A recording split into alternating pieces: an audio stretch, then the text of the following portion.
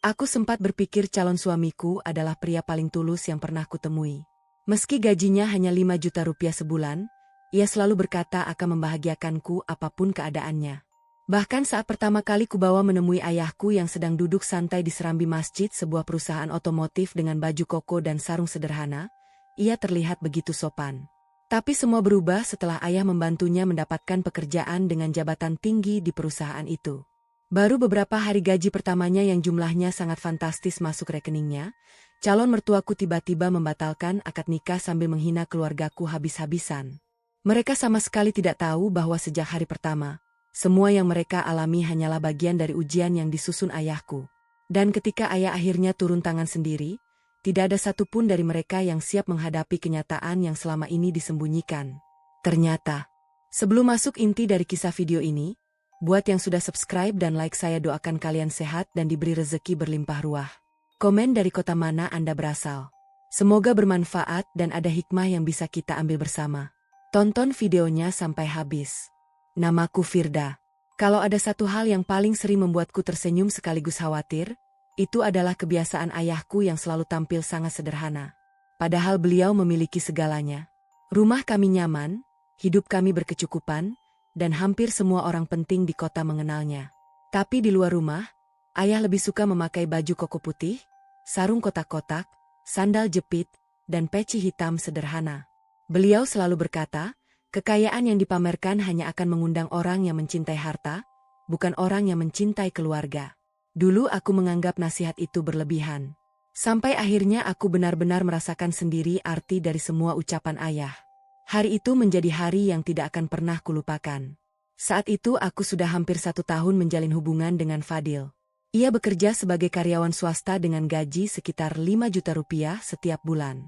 Hidupnya sederhana, tutur katanya sopan, dan selama ini ia selalu terlihat menghormatiku. Ibuku bahkan sudah mulai menjahit beberapa perlengkapan untuk akad nikah kami. Tanggal pernikahan juga tinggal menghitung minggu. Yang belum dilakukan hanya satu. Mempertemukan kedua keluarga secara lebih dekat. Pagi itu ayah berkata pelan. Jam istirahat nanti ajak mereka ke kantor. Ayah sedang ada di sana. Aku sempat heran.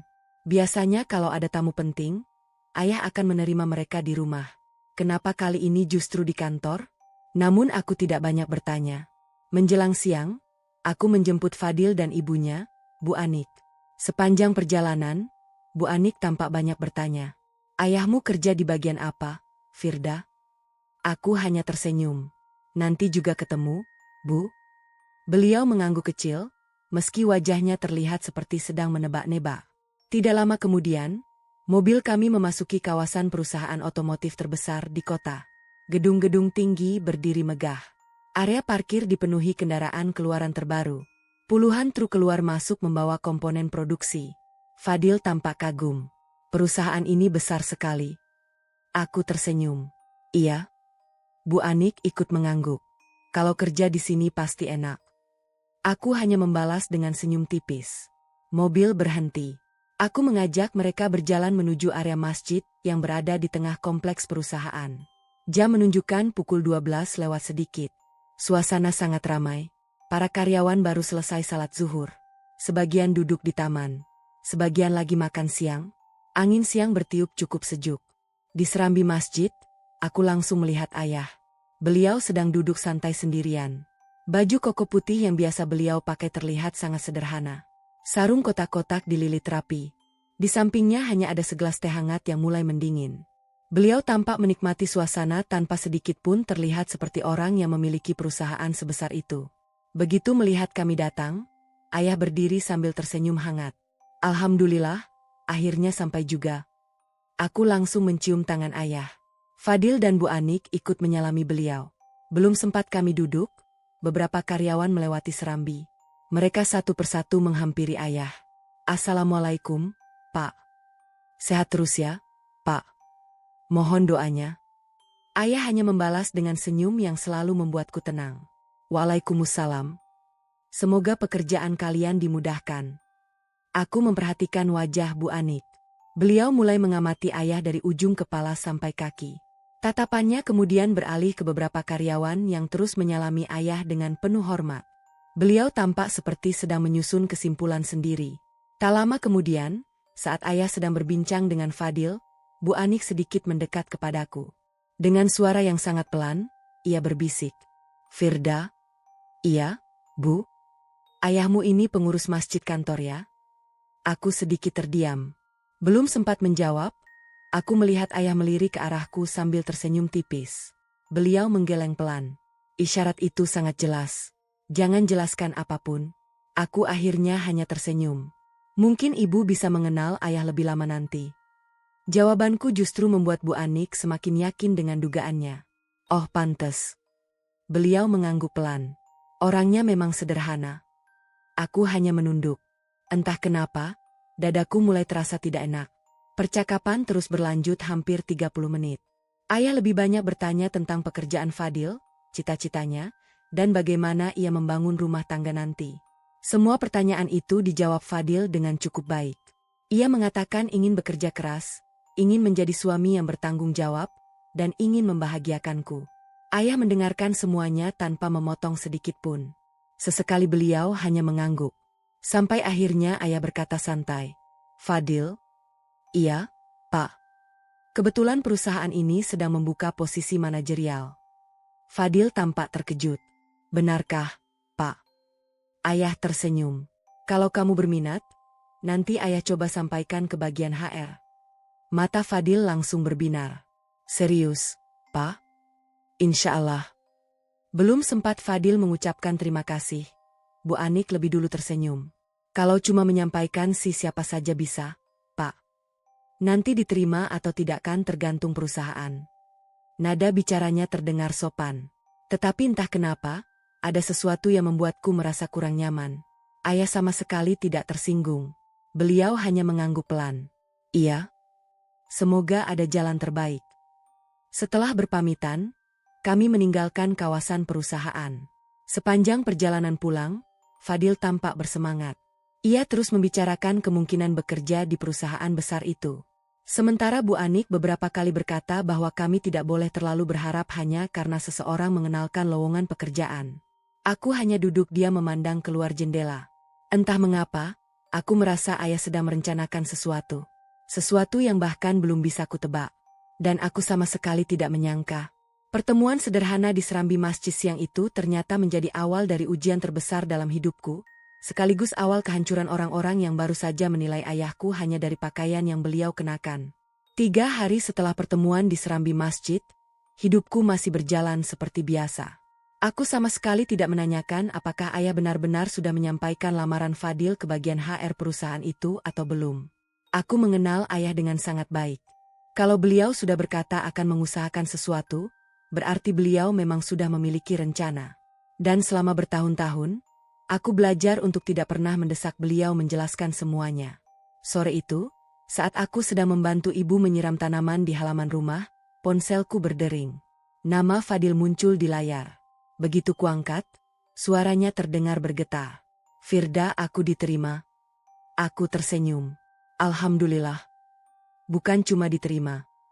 Nanti aku cerita." Aku masih gemetar. Belum sempat aku bertanya lagi, panggilan itu terputus. Sekitar 1 jam kemudian, Fadil datang ke rumah. Wajahnya benar-benar berbeda. Matanya berbinar, langkahnya lebih cepat dari biasanya, bahkan senyumnya terus mengembang sejak turun dari motor. Ia langsung menyalami ayah dan ibu. "Ayah, Bu, saya diterima." Ayah tersenyum tenang.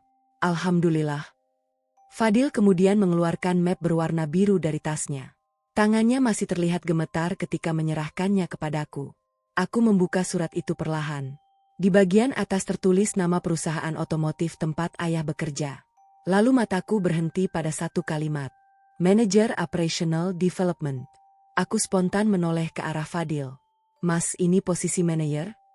Fadil mengangguk cepat. Aku juga kaget. Katanya, saat wawancara, ia hanya menjalani beberapa tahap singkat. Tidak ada pertanyaan yang terlalu sulit. Yang membuatnya lebih heran, Direktur HR hanya beberapa kali tersenyum sambil melihat berkasnya. Di akhir wawancara, beliau hanya berkata, "Selamat bergabung. Kami berharap Anda bisa menjaga kepercayaan perusahaan." Kalimat itu masih terus terngiang di kepala Fadil. Ia mengaku merasa seperti sedang bermimpi. Sementara itu, Ayah hanya duduk menikmati teh hangatnya. Beliau tidak menunjukkan ekspresi bangga ataupun terkejut. Seolah semua itu adalah hal yang sangat biasa. Malam itu kami makan bersama. Fadil berkali-kali mengucapkan terima kasih kepada ayah. Kalau bukan karena ayah memberitahu lowongan itu, mungkin saya tidak akan pernah mencoba melamar. Ayah tersenyum tipis. Yang membuatmu diterima bukan saya. Perusahaan pasti punya alasan sendiri. Jawaban itu membuatku diam. Aku tahu ayah tidak sedang merendah. Beliau memang sengaja tidak ingin Fadil mengetahui apapun. Hari-hari berikutnya berjalan cepat. Fadil mulai bekerja. Pada minggu pertama, ia masih sering meneleponku saat jam makan siang. Ia bercerita tentang ruang kerjanya yang nyaman, tentang mobil operasional, tentang ruang rapat yang begitu megah, tentang bawahan yang memanggilnya Pak Manajer. Aku ikut senang mendengarnya. Namun, memasuki minggu kedua, ada sesuatu yang perlahan berubah. Telepon mulai semakin jarang. Pesan-pesanku sering dibalas beberapa jam kemudian. Kalaupun menelepon, pembicaraan kami tidak lagi sepanjang dulu. Suatu malam aku bertanya pelan. "Mas, capek ya?" "Iya." "Lembur terus?" "Banyak rapat." Jawabannya semakin singkat. Aku mencoba memahami. Kupikir memang beginilah konsekuensi memiliki pasangan yang sedang membangun karir. Sampai suatu sore, aku memutuskan mengantarkan bekal makan siang ke kantornya. Sesampainya di lobi, aku melihat Fadil sedang berbincang dengan beberapa manajer lain. Mereka tertawa bersama. Aku mengangkat tangan sambil tersenyum. "Mas?" Fadil menoleh. Namun, entah kenapa, senyumnya tidak lagi sama seperti dulu. Ia justru terlihat gugup. "Firdau, kok kesini?" "Aku bawain makan." "Oh." Ia menerima kotak bekal itu dengan cepat. Lalu matanya melirik ke arah rekan-rekan kerjanya yang masih berdiri di belakang. Beberapa dari mereka mulai memperhatikanku. Tanpa kusadari, Fadil berkata lirih. "Lain kali jangan datang mendadak ya." Aku terdiam. "Kenapa?" "Nggak enak." "Nggak enak bagaimana?" "Ya, nanti saja aku jelaskan." Ia buru-buru kembali bergabung dengan rekan-rekannya. Aku masih berdiri beberapa detik di lobi. Untuk pertama kalinya sejak kami berpacaran, aku merasa seperti orang asing. Dalam perjalanan pulang, dadaku terasa sesak. Aku terus mengingat wajah Fadil yang tadi terlihat canggung ketika aku datang. Padahal dulu, setiap kali aku menjemputnya sepulang kerja, ia selalu memperkenalkanku dengan bangga kepada teman-temannya. Malam harinya aku menceritakan semuanya kepada ayah. Beliau hanya mendengarkan tanpa menyela. Setelah aku selesai bercerita, ayah meletakkan cangkir tehnya. Lalu berkata sangat pelan. "Firda?" "Iya, yah." Jabatan itu seperti cahaya. Kalau hati seseorang bersih, cahaya itu akan menerangi hidupnya. Tapi kalau hatinya dipenuhi kesombongan. Ayah berhenti sejenak. Cahaya yang sama bisa membutakannya. Aku menatap wajah ayah.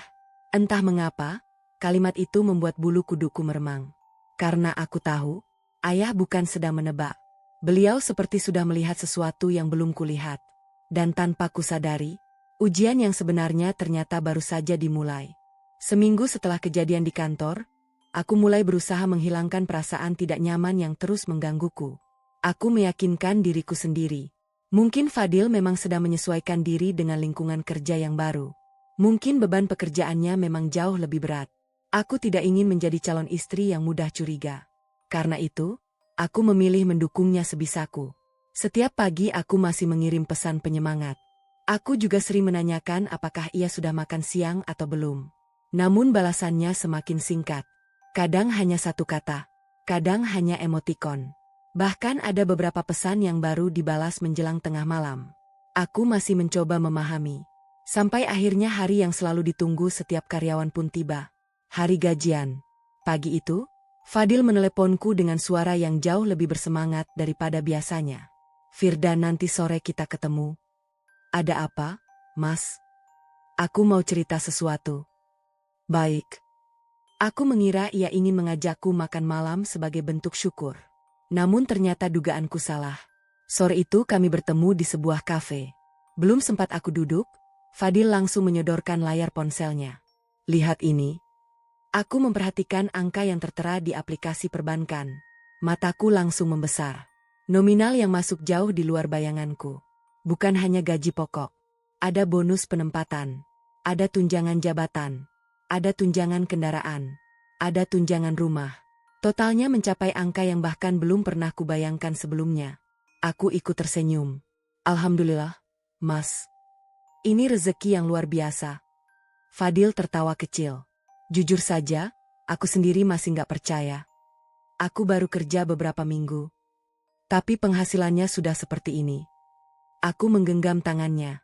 Berarti kamu harus semakin bersyukur. Iya. Jawabannya terdengar singkat. Beberapa menit kemudian, ponselnya kembali berbunyi. Nama Bu Anik muncul di layar. Fadil langsung mengangkatnya menggunakan pengeras suara. Sudah masuk, Dil? Sudah, Bu. Berapa? Fadil menyebutkan jumlah yang baru saja ku tahu. Beberapa detik kemudian terdengar suara Bu Anik yang nyaris berteriak karena terlalu senang. Masya Allah. Ibu bilang juga apa? Anak ibu memang pantas jadi orang besar. Aku ikut tersenyum mendengar kebahagiaan mereka. Namun senyumku perlahan menghilang ketika percakapan itu berlanjut. Mulai sekarang kamu jangan terlalu gampang bergaul. Apalagi sama orang-orang yang derajatnya masih jauh di bawahmu. Aku menoleh ke arah Fadil. Berharap ia membantah ucapan ibunya. Namun yang kudengar justru membuat dadaku perlahan sesak. Iya, Bu. Nanti aku pikirkan. Kalimat itu begitu sederhana. Tetapi entah kenapa terasa sangat dingin. Setelah telepon ditutup, aku mencoba mencairkan suasana. Mas? Iya? Kita jadi lanjut nyicil rumah seperti rencana dulu kan? Fadil mengaduk kopinya cukup lama. Lalu tersenyum tipis. Aku lagi mikir. Mikir apa? Kalau penghasilanku sudah seperti ini, mungkin target hidup kita juga harus berubah. Aku mengernyit. Berubah bagaimana? Aku pengin punya lingkungan yang lebih bagus. Pergaulan juga harus naik. Aku masih berusaha memahami maksudnya. Namun setiap kalimat yang keluar dari mulutnya mulai terasa berbeda dengan Fadil yang dulu ku kenal. Dulu ia selalu berkata bahwa kebahagiaan adalah hidup sederhana bersama orang yang dicintai. Kini hampir setiap kalimatnya selalu dimulai dengan kata jabatan, relasi, status, dan masa depan. Aku mencoba menenangkan diri. Mungkin ini hanya euforia sesaat. Mungkin setelah beberapa hari semuanya akan kembali seperti biasa. Sayangnya, harapan itu tidak pernah menjadi kenyataan. 2 hari kemudian, Bu Anik datang ke rumah Fadil. Saat itu aku kebetulan berada di sana. Aku sedang membantu menyiapkan minuman ketika tanpa sengaja mendengar percakapan mereka dari ruang tamu. Fadil. Iya, Bu. Kamu sadar nggak sekarang posisi kamu sudah beda? Iya. Kalau begitu, kamu juga harus memilih keluarga yang sepadan. Aku menghentikan langkah. Tanganku masih memegang nampan berisi teh hangat. Suara Bu Anik terdengar semakin jelas. Ibu sebenarnya sudah dipanggil beberapa teman. Mereka mulai menawarkan anak-anak mereka. Ada yang bapaknya pengusaha. Ada yang keluarganya pejabat. Bahkan ada yang punya jaringan bisnis sampai luar kota. Dadaku mulai berdebar. Aku berharap Fadil segera menghentikan pembicaraan itu. Namun yang terdengar justru suara pelan miliknya. Memangnya menurut ibu, Firda kurang cocok? Bu Anik tertawa kecil. Bukan Firda yang kurang baik. Tapi keluarganya. Ibu gak mau nanti orang bilang anak ibu sukses tapi besannya cuma keluarga biasa. Aku memejamkan mata. Kalimat itu seperti menghantam dadaku. Selama ini, ternyata semua keramahan yang kuterima dari Bu Anik belum tentu berasal dari hati. Aku memilih mundur pelan sebelum mereka tahu aku mendengar semuanya. Sepanjang perjalanan pulang, air mataku terus mengalir. Bukan karena mereka menghina keluargaku, melainkan karena untuk pertama kalinya, aku melihat Fadil tidak lagi membelaku. Ia hanya diam. Dan diamnya terasa jauh lebih menyakitkan daripada 1000 kata penghinaan. Sesampainya di rumah, ayah sedang duduk di teras sambil membaca Al-Quran. Beliau menatapku, tidak bertanya apapun, seolah sudah mengetahui bahwa ada sesuatu yang terjadi. Aku duduk di samping beliau. Tanpa sadar air mataku kembali jatuh. Ayah menutup musyafnya perlahan. Lalu berkata dengan suara yang sangat tenang. Firda? Iya, Yah. Kalau seseorang berubah hanya karena satu kali menerima rezeki, berarti yang berubah bukan rezekinya, tapi topengnya yang mulai terlepas. Aku menatap wajah ayah. Beliau tidak terlihat marah, justru terlalu tenang. Ketenangan yang membuatku semakin penasaran. Karena aku merasa, ayah seolah memang sedang menunggu semua ini terjadi. Dan aku sama sekali belum tahu bahwa beberapa jam setelah percakapan itu, ayah diam-diam memerintahkan seseorang mengumpulkan seluruh laporan tentang Fadil. Sejak hari pertama ia bekerja, tidak ada satupun sikapnya yang luput dari perhatian ayah. 3 hari setelah aku tanpa sengaja mendengar percakapan Fadil dan Bu Anik, suasana rumahku kembali dipenuhi kesibukan. Ibuku, Bu Rita, sedang merapikan beberapa kain untuk keperluan akad. Sesekali beliau tersenyum sambil menunjukkan daftar tamu yang sudah mulai disusun. Kalau tidak ada perubahan, minggu depan ibu mulai pesan konsumsi. Aku memaksakan senyum. Iya, Bu. Sebenarnya ada banyak hal yang ingin kuceritakan. Tentang perubahan Fadil, tentang ucapan Bu Anik, tentang firasat buruk yang terus menggangguku. Namun setiap kali melihat wajah ibu yang begitu bahagia, aku tidak tega merusak harapannya. Aku memilih diam. Siang itu, sekitar pukul 1, sebuah mobil hitam berhenti tepat di depan rumah. Aku mengintip dari balik jendela. Fadil turun lebih dulu. Di belakangnya, Bu Anik berjalan dengan wajah datar. Tidak ada senyum. Tidak ada sapaan hangat seperti biasanya. Entah kenapa, dadaku langsung berdebar. Ayah sedang menyiram tanaman di halaman. Melihat tamu datang, beliau segera meletakkan selang dan mempersilakan mereka masuk dengan ramah. Silakan masuk. Ibu Rita, buatkan teh ya. Ibuku menyambut mereka dengan wajah penuh harapan. Beliau bahkan mengira kedatangan mereka untuk membahas persiapan akad. Tak lama kemudian, kami semua duduk di ruang tamu. Suasana terasa aneh. Tidak ada obrolan ringan. Tidak ada canda. Yang terdengar hanya suara sendok yang sesekali menyentuh cangkir. Beberapa menit berlalu. Akhirnya Bu Anik membuka pembicaraan. Pak Hendi? Ayah mengangguk sopan. Iya, Bu. Saya datang ke sini ingin menyampaikan keputusan keluarga. Aku menggenggam jemariku sendiri. Jantungku mulai berdetak semakin cepat. Bu Anik menarik napas panjang. Kami memutuskan, akad nikah ini tidak bisa dilanjutkan. Ruangan mendadak sunyi. Ibuku yang sedang menuangkan teh langsung menghentikan tangannya. Aku merasa tubuhku membeku. Ayah tetap duduk tenang. Beliau hanya menatap Bu Anik tanpa mengubah ekspresi sedikit pun. Boleh saya tahu alasannya? Tanya ayah dengan suara yang sangat pelan. Bu Anik menatapku sekilas. Lalu kembali memandang ayah. Terus terang saja, sejak Fadil bekerja di perusahaan besar, banyak keluarga datang menawarkan anak mereka. Ada anak pengusaha, ada anak direktur, bahkan ada keluarga yang memiliki jaringan bisnis. Beliau berhenti sejenak, kemudian mengucapkan kalimat yang membuat napasku terasa sesak. Kalau Fadil tetap menikah dengan Firda, kami khawatir masa depannya justru tertahan. Ibuku langsung menatapku. Beliau seperti tidak percaya dengan apa yang baru saja didengar. Aku sendiri masih berusaha mencerna setiap kata.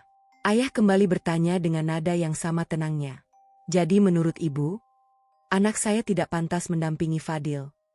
Bu Anik menggeleng. Bukan Firdanya, tapi keluarga bapak.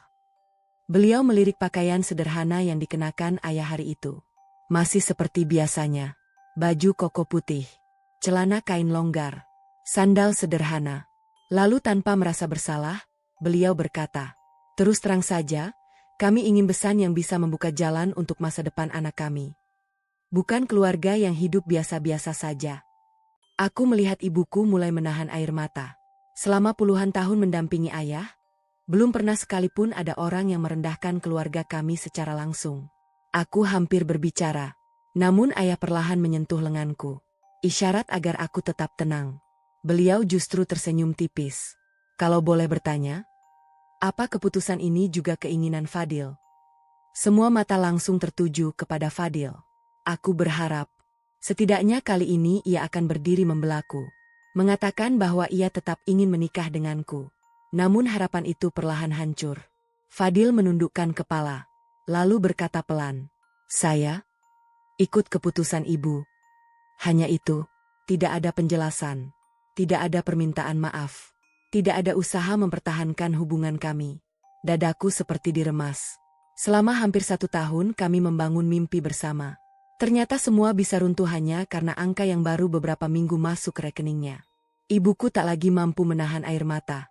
Beliau berdiri dan masuk ke kamar. Aku tahu beliau tidak ingin menangis di depan tamu. Sementara aku masih duduk memandangi pria yang selama ini kupanggil calon suami. Rasanya seperti melihat orang yang sama sekali berbeda. Ayah tetap tenang.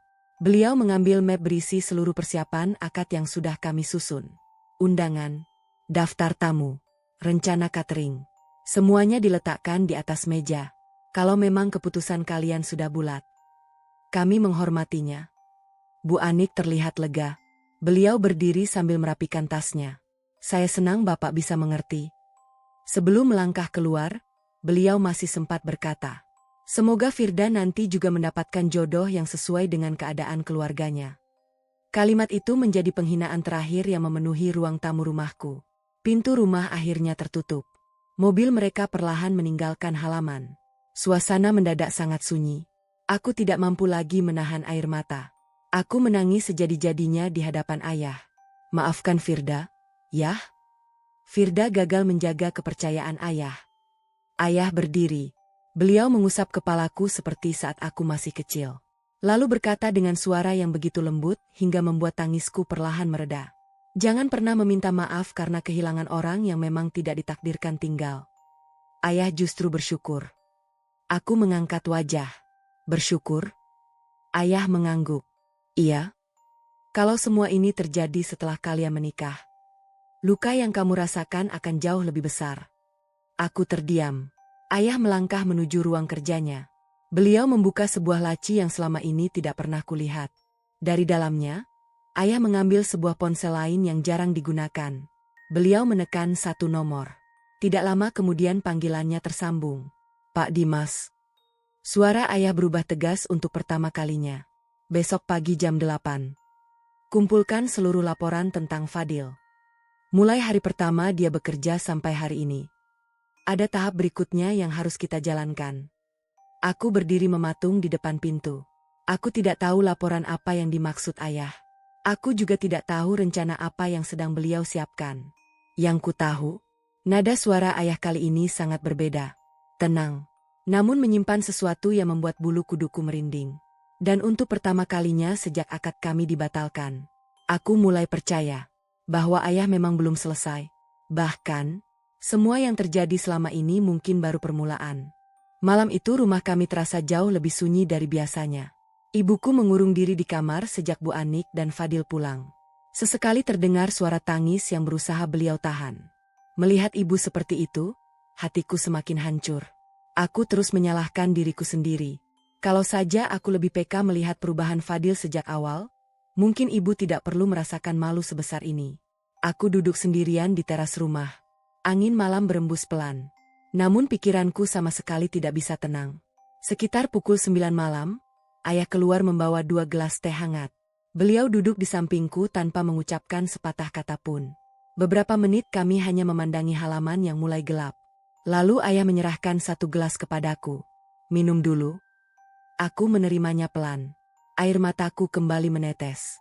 Ya? Iya? Ayah marah sama Firda? Ayah menoleh. Tatapannya tetap setenang biasanya. Marah? Beliau tersenyum kecil. Ayah justru bersyukur. Jawaban itu kembali membuatku bingung. Kenapa ayah selalu bilang bersyukur? Ayah menarik napas panjang. Luka memang menyakitkan. Tapi luka yang datang sebelum menikah jauh lebih ringan daripada luka setelah menjadi istri. Aku hanya diam. Kalimat itu perlahan mulai kupahami. Ayah melanjutkan. Firda. Iya. Kalau hari ini mereka meninggalkanmu karena jabatan, percayalah, besok mereka juga akan meninggalkan orang lain karena jabatan yang lebih tinggi. Aku menundukkan kepala. Entah kenapa, setiap ucapan ayah selalu membuat dadaku terasa lebih ringan. Namun malam itu aku masih memiliki satu pertanyaan yang terus menggangguku. Ya? Boleh Firda tanya sesuatu? Tentu. Ayah tadi menelepon siapa? Ayah tersenyum tipis. Seseorang yang sudah lama bekerja bersama ayah. Lalu, ayah benar-benar mau membalas mereka? Ayah menggeleng pelan. Tidak. Aku mengernyit. Kalau begitu, Ayah hanya ingin mereka memanen apa yang mereka tanam. Jawaban itu membuatku semakin penasaran. Sebelum sempat bertanya lagi, ayah berdiri. Besok ikut ayah ke kantor. Kenapa? Yah, nanti kamu juga tahu. Beliau masuk ke dalam rumah, meninggalkanku dengan ratusan pertanyaan yang belum terjawab. Keesokan paginya, aku berangkat bersama ayah. Mobil kami memasuki kawasan perusahaan seperti biasa. Namun kali ini ayah tidak mengajakku ke serambi masjid. Beliau justru mengarah ke sebuah gedung yang belum pernah kumasuki. Gedung itu lebih tenang. Tidak banyak karyawan keluar masuk. Kami berhenti di sebuah ruang rapat kecil. Di dalam sudah ada 3 orang yang sedang menunggu. Pak Dimas, Bu Ani, dan seorang pria yang belum pernah kulihat sebelumnya. Mereka langsung berdiri ketika ayah masuk. Selamat pagi, Pak. Ayah mengangguk singkat. Pagi. Aku melihat mereka tidak tampak canggung. Mereka juga tidak terkejut melihatku. Seolah pertemuan ini memang sudah direncanakan. Pak Dimas meletakkan sebuah map hitam yang cukup tebal di atas meja. Semua laporan sudah lengkap, Pak. Ayah membukanya perlahan. Aku ikut memperhatikan. Di dalam map itu terdapat banyak lembar laporan. Ada hasil penilaian kerja. Ada catatan dari HR. Ada laporan kedisiplinan. Bahkan ada beberapa rekaman percakapan yang sudah ditranskrip ke dalam bentuk tulisan. Aku semakin bingung. Ya? Ayah menyuruh mereka mengawasi Fadil. Ayah tidak langsung menjawab. Beliau membuka halaman demi halaman. Sesekali mengangguk kecil. Lalu beliau menyerahkan salah satu lembar kepadaku. Aku membacanya. Hari pertama bekerja.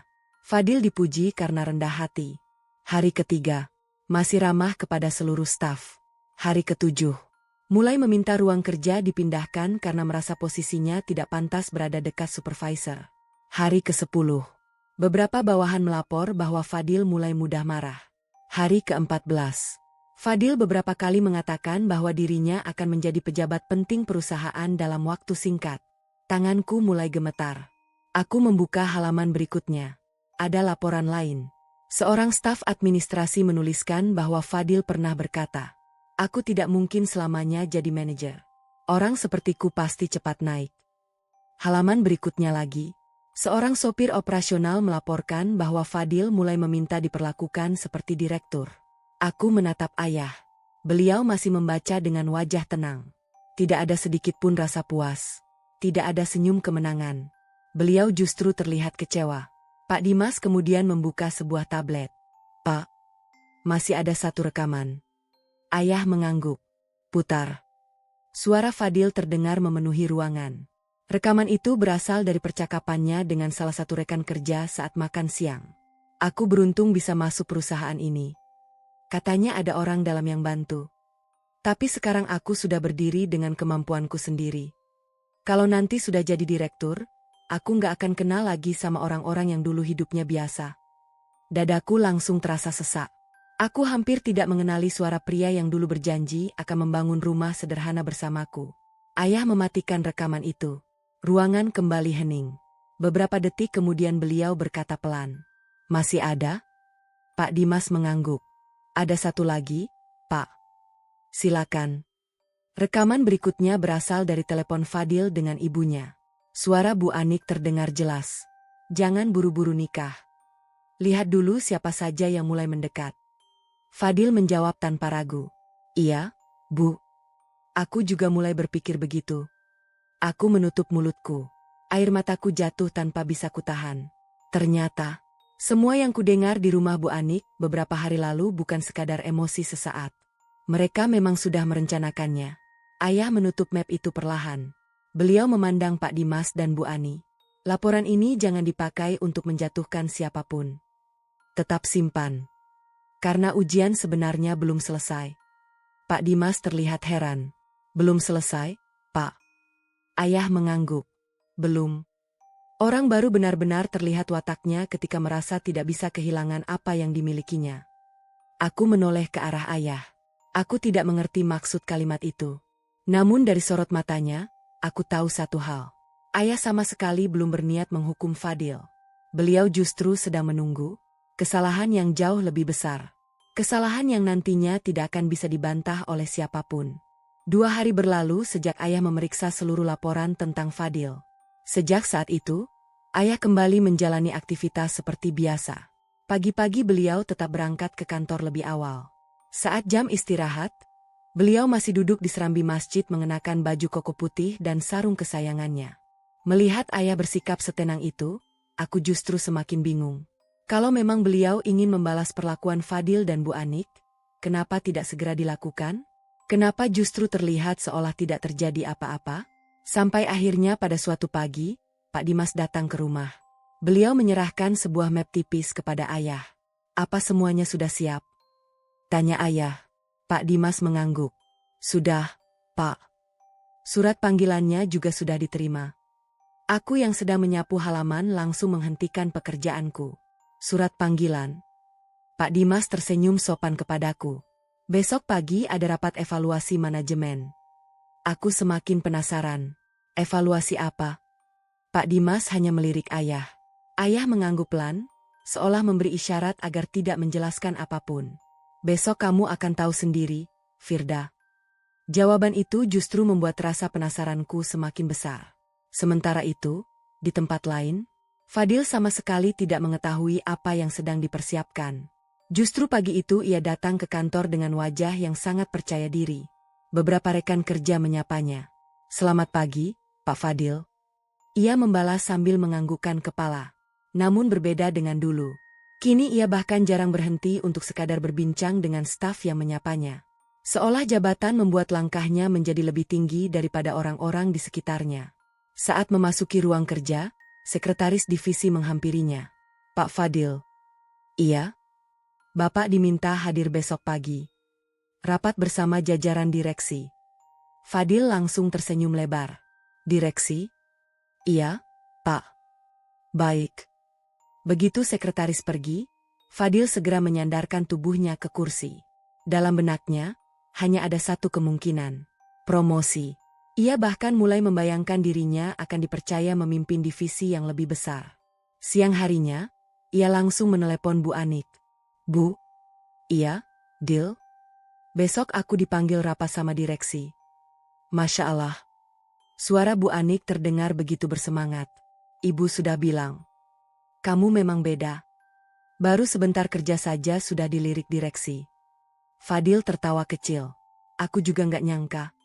Bu Anik kembali berkata, "Kalau benar kamu naik jabatan, keputusan membatalkan akad itu memang sudah paling tepat. Ibu nggak mau anak ibu terikat sama keluarga yang nggak bisa mengangkat derajatmu."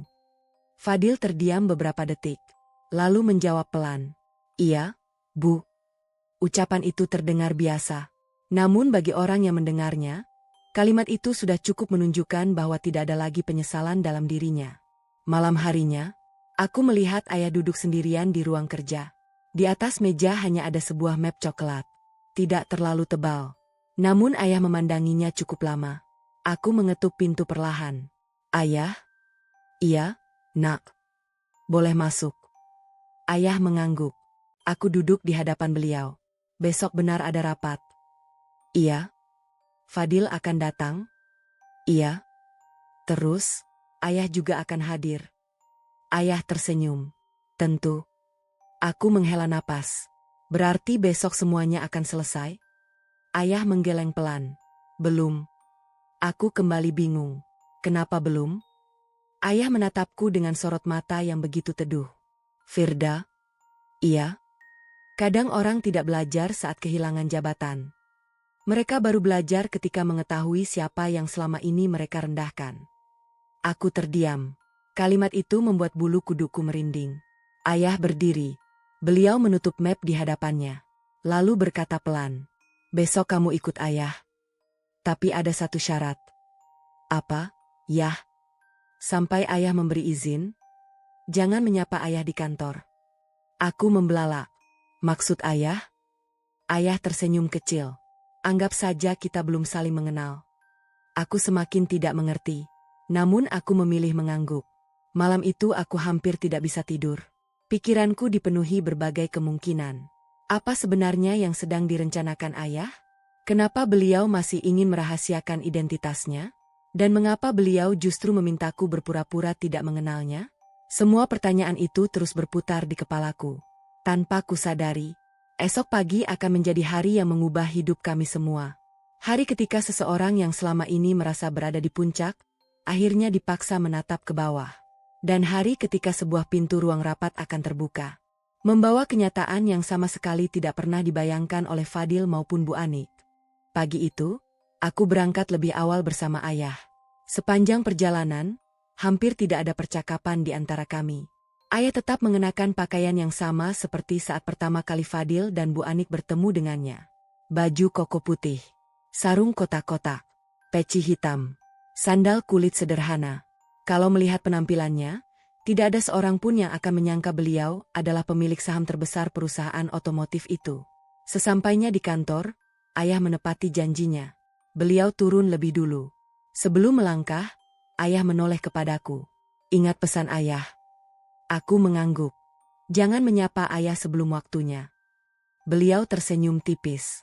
Lihat saja sampai mana seseorang mempertahankan kesombongannya. Aku hanya menarik napas panjang. Beberapa menit kemudian aku memasuki gedung utama melalui pintu samping. Pak Dimas sudah menungguku. Silakan ikut saya, Bu Firda. Aku dibawa menuju sebuah ruang rapat yang dindingnya dipenuhi foto perjalanan perusahaan sejak puluhan tahun lalu. Di dalam ruangan itu sudah duduk belasan orang. Para direktur, kepala divisi, direktur HR, Bu Ani. Semua tampak berbincang pelan sambil menunggu rapat dimulai. Di ujung ruangan, aku melihat Fadil. Ia mengenakan jas baru berwarna biru tua. Rambutnya tersisir rapi. Jam tangan mahal melingkar di pergelangan tangannya. Wajahnya terlihat penuh percaya diri. Saat matanya bertemu denganku, ia tampak sedikit terkejut. Namun hanya sedetik. Ia langsung mengalihkan pandangannya. Seolah aku hanyalah seseorang yang pernah dikenalnya. Dadaku kembali terasa sesak. Bukan karena aku masih berharap kepadanya, melainkan karena baru beberapa minggu yang lalu, pria itu masih berjanji akan menjagaku seumur hidup. Kini, menatapku pun seakan enggan. Tak lama kemudian, Pak Dimas berdiri. Selamat pagi. Rapat akan segera dimulai.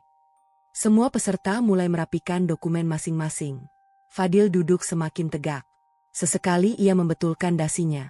Mungkin ia masih berpikir bahwa hari ini adalah hari promosi yang selama ini ia impikan. Beberapa detik kemudian, pintu ruang rapat masih tertutup. Belum ada siapapun yang masuk. Namun anehnya, tidak seorang pun berani memulai rapat. Semua hanya menunggu. Fadil terlihat mulai kebingungan. Ia berbisik kepada manajer di sebelahnya. Masih nunggu siapa ya? Pria itu hanya tersenyum kecil. Tunggu saja. Jam menunjukkan tepat pukul 8. Sekretaris perusahaan, Nina, berdiri di depan pintu. Dengan suara tegas ia berkata, "Mohon perhatian. Komisaris utama akan segera memasuki ruangan." Kalimat itu membuat seluruh ruangan berubah seketika. Semua direksi, semua kepala divisi, seluruh peserta rapat, serempak berdiri. Tidak ada satupun yang tetap duduk. Fadil ikut berdiri. Ia sempat merapikan kembali jasnya. Mungkin ia membayangkan sosok yang akan masuk adalah pria berjas mahal dengan pengawal di belakangnya. Pintu perlahan terbuka. Langkah kaki terdengar mendekat. Aku melihat Fadil masih menatap ke arah pintu dengan wajah penuh harapan. Lalu, sosok itu akhirnya masuk. Bukan pria berjas. Bukan orang yang mengenakan pakaian mewah. Melainkan, ayahku. Masih memakai baju koko putih. Masih memakai sarung kotak-kotak. Masih dengan peci hitam yang sama. Ruangan mendadak sunyi. Tidak ada suara kursi. Tidak ada suara kertas. Semua orang berdiri penuh hormat. Pak Dimas melangkah maju. "Selamat pagi, Pak Hendi." Direktur lain ikut menundukkan kepala. "Selamat pagi, Pak Komisaris." Ayah hanya mengangguk pelan. "Pagi." Sementara itu, aku melihat wajah Fadil perlahan kehilangan warna. Matanya membelalak. Bibirnya sedikit terbuka. Ia berkali-kali menatap ayah. Lalu menatapku. Lalu kembali menatap ayah. Seolah otaknya menolak mempercayai kenyataan di depan matanya. Dalam hitungan detik, seluruh potongan kejadian mulai tersusun di kepalanya. Pertemuan di serambi masjid. Ucapan ayah yang berkata akan mengusahakan pekerjaan. Proses wawancara yang terasa terlalu mudah. Jabatan tinggi yang langsung diberikan kepadanya. Semuanya, ternyata berasal dari satu orang. Orang yang selama ini ia anggap hanya pengurus masjid perusahaan. Fadil tampak kehilangan keseimbangan. Tangannya gemetar. Keringat mulai membasahi pelipisnya. Di saat yang sama, pintu ruang rapat kembali terbuka. Bu Ani masuk membawa sebuah map berwarna hitam. Map yang beberapa hari lalu kulihat berada di meja ayah. Beliau menyerahkannya kepada ayah tanpa mengucapkan sepatah kata pun. Ayah membuka map itu perlahan. Beliau tidak langsung berbicara. Tatapannya menyapu seluruh ruangan. Lalu berhenti tepat pada Fadil. Tidak ada kemarahan di wajah ayah. Justru ketenangan itulah yang terasa jauh lebih menakutkan. Ayah menutup kembali map tersebut. Kemudian berkata dengan suara tenang yang terdengar jelas ke seluruh ruangan. Saudara Fadil, silakan tetap berdiri. Suasana langsung berubah semakin menegangkan. Jantungku berdetak begitu keras hingga terasa di telingaku sendiri. Aku tahu, ayah belum mengeluarkan satupun isi map itu. Beliau juga belum menjelaskan alasan mengapa rapat ini digelar. Namun dari wajah Fadil yang mulai pucat dan napasnya yang semakin tidak teratur, aku yakin satu hal. Untuk pertama kalinya dalam hidupnya, ia benar-benar menyadari bahwa orang yang selama ini ia remehkan bukan hanya ayah calon istrinya, melainkan orang yang selama ini menentukan arah masa depan karirnya. Dan aku merasa, bagian paling mengerikan dari semua ini baru saja akan dimulai. Ruangan itu masih dipenuhi keheningan. Fadil tetap berdiri, tangannya mulai gemetar. Sementara ayah menatapnya dengan wajah yang tetap tenang. Tidak ada bentakan, tidak ada nada tinggi. Justru ketenangan ayah membuat seluruh isi ruangan terasa jauh lebih mencekam. Ayah membuka map hitam yang ada di hadapannya. Lalu beliau mengeluarkan beberapa lembar laporan. Sebelum rapat ini dimulai, ucap ayah pelan, saya ingin semua yang hadir memahami satu hal. Perusahaan ini dibangun bukan hanya dengan modal, tapi dengan kepercayaan. Semua orang mendengarkan tanpa berani menyela. Ayah melanjutkan, karena itulah, setiap orang yang diberi jabatan akan diuji. Bukan hanya kemampuannya, tapi juga hatinya. Ayah kemudian mengangkat selembar laporan. Saudara Fadil, apakah Anda masih ingat hari pertama bekerja di perusahaan ini? Fadil menelan ludah. Iya, Pak. Hari pertama Anda mengatakan ingin bekerja dengan rendah hati. Ayah mengambil lembar berikutnya. Hari ketujuh. Anda meminta ruang kerja dipindahkan karena merasa posisi Anda terlalu tinggi untuk duduk bersama supervisor. Fadil mulai menundukkan kepala. Ayah kembali membuka halaman lain. Hari ke-10. Beberapa bawahan melaporkan bahwa Anda mulai memarahi staf hanya karena kesalahan kecil. Ruangan semakin sunyi. Tidak seorang pun bergerak. Ayah masih melanjutkan. Hari ke-14. Anda berkata kepada rekan kerja bahwa suatu hari nanti Anda tidak akan mengenal lagi orang-orang yang hidupnya biasa. Setiap kalimat yang dibacakan ayah membuat wajah Fadil semakin pucat. Namun ayah belum selesai. Beliau mengambil sebuah alat perekam kecil. Lalu ini adalah percakapan Anda dengan ibu Anda. Suara Bu Anik memenuhi ruang rapat. Jelas, tanpa terpotong. Jangan buru-buru nikah. Lihat dulu siapa saja yang mulai mendekat. Lalu terdengar jawaban Fadil. Iya, Bu. Aku juga mulai berpikir begitu. Beberapa peserta rapat saling berpandangan. Sebagian menggeleng pelan. Ayah mematikan rekaman itu. Beliau tidak memandang siapapun. Tatapannya tetap tertuju kepada Fadil. Lalu, ayah menghela napas. Yang paling membuat saya kecewa bukanlah semua laporan ini, tapi keputusan Anda membatalkan akad. Fadil langsung mengangkat wajah. Air matanya mulai menggenang. Ayah berkata pelan, Anda membatalkan pernikahan bukan karena Firda berbuat salah. Bukan karena keluarga kami memperlakukan Anda buruk. Anda membatalkannya karena mengira keluarga kami tidak mampu menaikkan derajat Anda. Ruangan kembali hening. Untuk pertama kalinya, Fadil menangis. Maafkan saya, Pak. Saya hilaf. Ayah menggeleng pelan. Bukan saya yang harus Anda minta maaf. Fadil perlahan menoleh ke arahku. Tatapan matanya penuh penyesalan. Firda, maafkan aku. Aku benar-benar salah. Air mataku memang sempat mengalir. Namun bukan karena aku ingin kembali, melainkan karena aku akhirnya benar-benar mengenali siapa pria yang hampir kunikahi. Ayah berdiri dari kursinya. Beliau melangkah mendekati Fadil. Semua orang mengira ayah akan memarahinya. Namun ayah hanya berkata dengan suara yang sangat tenang. Jabatan yang saya berikan adalah hadiah. Tapi karakter adalah pilihan. Dan hari ini, Anda sendiri yang memilih kehilangan keduanya. Ayah kemudian menoleh kepada Pak Dimas. Mulai hari ini, Saudara Fadil diberhentikan dari jabatan manajer. Turunkan ke posisi semula sesuai kompetensinya. Bila tidak bersedia, silakan mengundurkan diri secara baik-baik. Pak Dimas mengangguk. Baik, Pak. Fadil langsung terduduk lemas. Ia tidak kehilangan pekerjaan. Namun ia kehilangan semua yang selama ini membuatnya merasa lebih tinggi dari orang lain. Di saat yang sama, pintu ruang rapat kembali terbuka.